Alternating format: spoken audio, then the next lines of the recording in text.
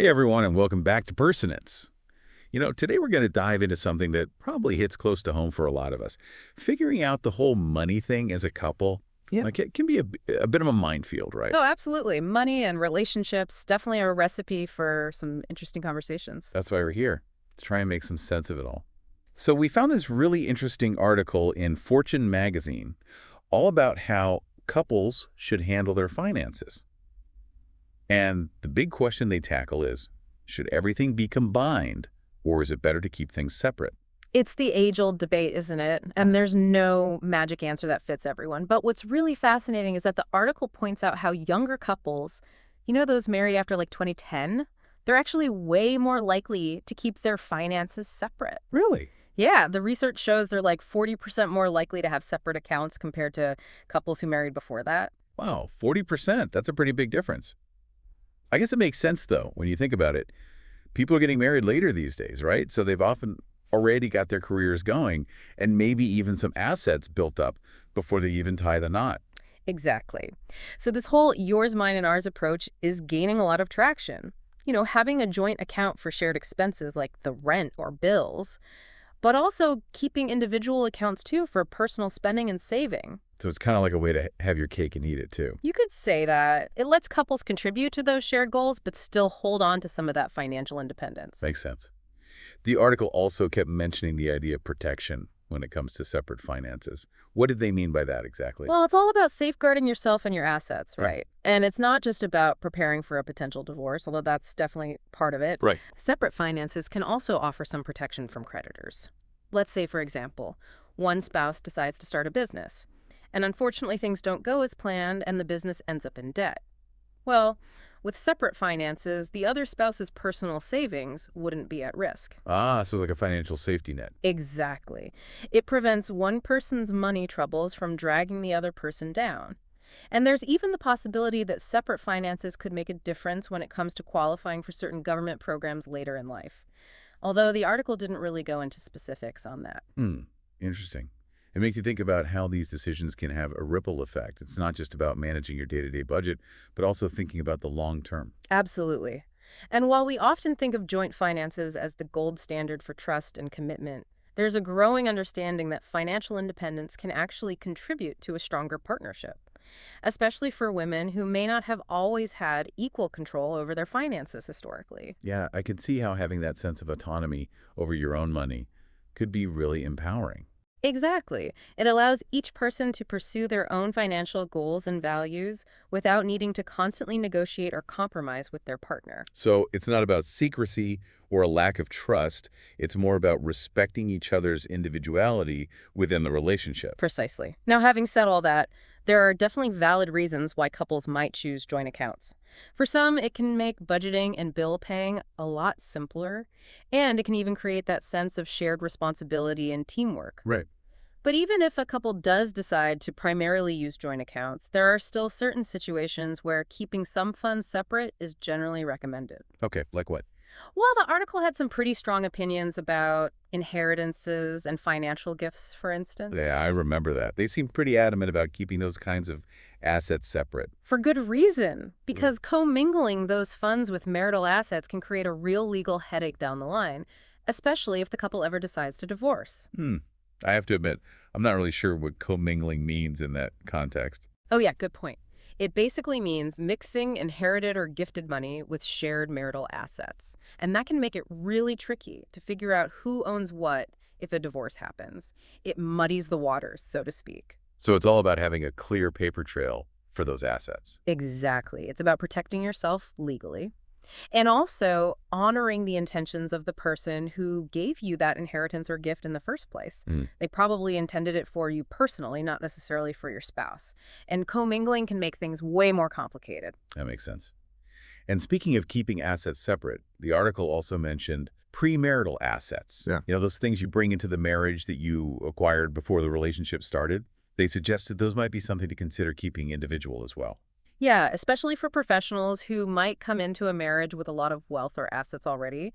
They might want to think about a prenuptial agreement to lay out exactly how those assets would be handled if they ever got divorced. And the article made it clear that prenups aren't just for the super rich, right? They can be a helpful tool for any couple who wants to protect what they brought into the marriage. Absolutely. And it's especially important for people going into second marriages or blended families, where you might have kids from previous relationships and want to make sure your assets are distributed according to your wishes. It sounds like estate planning becomes even more crucial in those situations. You're telling me it's all about having those tough conversations up front to prevent potential conflicts and heartache down the road. So we've talked about separate accounts, joint accounts, even legal agreements like prenups. It seems like there's a lot more nuance to this whole joint or separate question than we might initially think. There definitely is. And the article really drives home the point that there's no one-size-fits-all answer. The best approach really depends on each couple's individual circumstances, their values, their communication style. So it's less about finding the right answer and Mhm. more about finding the answer that's right for you and your partner. Exactly. And that requires some open and honest conversations about money. Not just once, but as an ongoing dialogue throughout the relationship. Okay, so communication is key. We've covered a lot of ground already, but before we move on, I'm curious, what was your biggest takeaway from the article? What really struck me was how the article challenges that traditional idea that joint finances are the be-all and end-all of trust in a relationship. It suggests that maybe, just maybe, financial independence can actually lead to a stronger and more fulfilling partnership, especially for women. That's a really interesting perspective. It sounds like there's a real shift happening in how we view money within relationships. Definitely. And it'll be fascinating to see how these trends continue to evolve as societal norms and the financial landscape change. Well, you've definitely given me a lot to think about. We'll have to dive deeper into these nuances and see what other insights we can uncover in the next part of our deep dive. Stay tuned. What's interesting is how the article actually gets into the nitty-gritty of these different approaches. Like, how do you actually manage money as a couple with these different systems? For instance, we talked about the whole protection aspect earlier. Maybe we could dig a little deeper into those specific situations where keeping finances separate can really make a difference. Yeah, that would be helpful. We touched on things like divorce, creditors, even government programs. It would be great to get a clearer picture of those scenarios. Absolutely. So let's tackle the big one first, divorce. Obviously, no one goes into a marriage thinking it's going to end. But the reality is sometimes it does. And when that happens, having separate finances can make the whole process a lot less messy. It seems like it would prevent a lot of those legal battles over who gets what. Exactly. It helps avoid those drawn-out disputes over assets, especially when it comes to things you owned before the marriage or inheritances you received during the marriage. So it just adds that extra layer of clarity and makes things a bit easier if the relationship does end. Exactly. Now, switching gears a bit to creditors.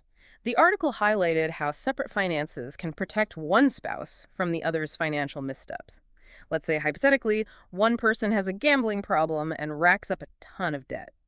With separate finances, the other spouse's assets would be safe from creditors. Okay, that's a pretty intense example, but Yeah. it makes the point. It's like having that safety net in case one partner makes some risky financial choices. Exactly. It allows for that degree of financial independence and responsibility, which can be so important in protecting individual assets. And then there's the point about government programs. I have to admit that one still kind of throws me for a loop. Oh, yeah, happy to explain. So the article mentioned how in some cases, having separate finances can actually affect whether you qualify for certain government programs, things like Medicaid or need-based financial aid for long-term care. Eligibility for those programs often comes down to your income and assets. I see where you're going with this. So if a couple has combined finances and one spouse needs to apply for something like Medicaid, the other spouse's income and assets could actually disqualify them from getting the help they need. Exactly. But if they kept their finances separate, the applicant spouse's individual income and assets would be considered, potentially making them more likely to qualify. That's a really important detail to keep in mind, especially as people are living longer and facing those rising healthcare costs later in life. Absolutely. It really highlights how those financial decisions we make within a relationship, they can have a much broader impact than just managing the day-to-day bills. Okay, so we've talked about some potential upsides to keeping finances separate, but are there any downsides? Anything to watch out for? Well, yeah, there can be. For one, managing separate accounts can just be more complicated, more time-consuming. If you have multiple accounts to keep track of, it definitely takes more effort to stay organized, make sure all the bills are paid on time, that kind of thing. And it could potentially lead to disagreements or resentment too, Yeah. right? if one person feels like they're carrying more of the financial weight than the other. Oh, for sure. That's a huge one. Communication is absolutely key when couples choose to go the separate finances route. They need to be super clear about who's responsible for what, how they'll contribute to shared expenses, and how they'll make those big financial decisions that impact both partners. It sounds like finding that sweet spot between individual autonomy and shared responsibility is really important. You got it. And it might take a bit of trial and error to figure out what works best for each couple. There's no one magic formula. And what works in one stage of a relationship might not work in another. That's a really good point. Life throws curveballs and priorities change, so being flexible with your approach to finances is essential. Okay, so we've covered the benefits and potential drawbacks of separate finances, but I want to circle back to that advice about inheritances and financial gifts. The article was pretty clear about keeping those separate. Why is that? Yeah, they were, and for good reason. Remember, mixing those funds with marital assets can create all sorts of legal complications, especially if divorce is ever on the table. It's about protecting yourself and respecting the wishes of the person who gave you the gift. Yeah. Exactly. It's acknowledging that those assets were meant for you individually, not necessarily for the marriage as a whole. And the same principle often applies to premarital assets, too, the stuff you brought into the marriage that you acquired before the relationship. It seems like a prenuptial agreement could be really useful in those situations, just to lay out what happens to those assets if the marriage ends. Absolutely. And while prenups are often seen as something for the wealthy, they can be a practical and helpful tool for any couple, regardless of their financial situation.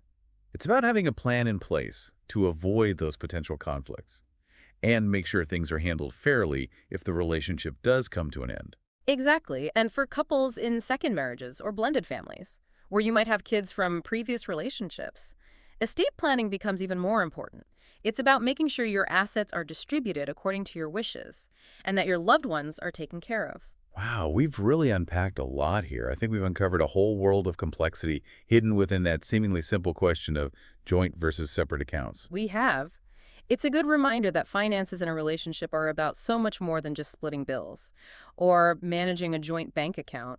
It's about understanding each other's values, communicating openly, and making decisions that align with your shared goals as a couple. And recognizing that there isn't one right answer, but rather a series of choices that require thoughtful discussion and ongoing communication. Exactly. It's about finding what works for you and your partner and being open to adapting as life unfolds. I think that's a great place to take a pause. We've covered a lot of ground, but there's still more to explore. In the final part of our deep dive, we'll wrap things up and leave you with some final thoughts to ponder. So stick around. Welcome back to Pertinence, everyone. You know, as we wrap up our deep dive into the world of couples and finances, I gotta say, this conversation has really made me rethink some of my own assumptions. It's definitely one of those topics that forces you to look beyond those traditional ideas and really figure out what works best for each unique couple. Yeah, going into this, I think I had this idea that joint accounts were like the ultimate sign of trust and commitment. Like that's what you do when you're really serious about a relationship. But the article and our discussion really highlighted that it's not so black and white. Exactly. It's not about checking off a box. It's about making sure both people feel comfortable and confident in how their finances are handled. It's about finding that balance between individual autonomy and sharing the responsibility, which I imagine can be tricky sometimes. Absolutely. And it's a moving target, right? What works for you now might not work 5 years down the road. So being adaptable and communicating openly is essential. So instead of getting hung up on the right way or the wrong way, the key is to be intentional, talk it through, and create a system that reflects your shared values and goals as a couple. You nailed it. And I think that's such a powerful message for our listeners. Money can be a source of stress in any relationship. We all know that. But it can also be an opportunity to build trust, to strengthen your bond, to create a sense of shared purpose. Absolutely. So as we wrap up, I want to leave our listeners with a question to ponder. Think about your own values when it comes to money and relationships. How comfortable are you with sharing financial control? How important is that individual freedom to you? And how might those factors influence your approach to managing finances with a partner, whether you're in a relationship now or not? Those are great questions to consider, regardless of your relationship status. Understanding your own financial values is so important before you even start navigating finances with someone else. Yeah, it's like laying the groundwork for a healthy financial partnership. Exactly. And remember, those values might shift and change over time. So it's a good idea to revisit those questions periodically, both individually and as a couple, just to make sure you're both still on the same page. Couldn't agree more. Financial planning is an ongoing conversation, not a one-time decision. Well, I want to thank you again for sharing your expertise with us today. This has been a truly eye-opening deep dive. The pleasure was all mine. I always enjoy these thought-provoking conversations. And to our amazing listeners, thank you for joining us on Pertinence. We hope you found this deep dive insightful and helpful. If you did, we would love it if you hit that subscribe button and leave a comment below.